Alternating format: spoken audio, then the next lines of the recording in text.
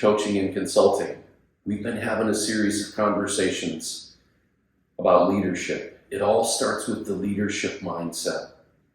The last time we shot a video for you, it was about the leadership mindset, and I reminded all of you that the world is a volatile, uncertain, complicated, and ambiguous place.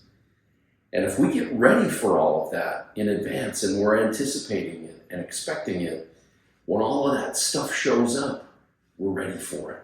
We're calm. And we can smile in the face of that volatility or that uncertainty, and we can just quickly overwhelm it. How do you do that? Well, you get in front of change, because change is coming. It's never going to stop. It's never going to slow down. And if you anticipate change and you make up your mind that you're going to try to turn every change into a positive change, you're going to be positioned very, very well. That's enough for today. We'll see you next time.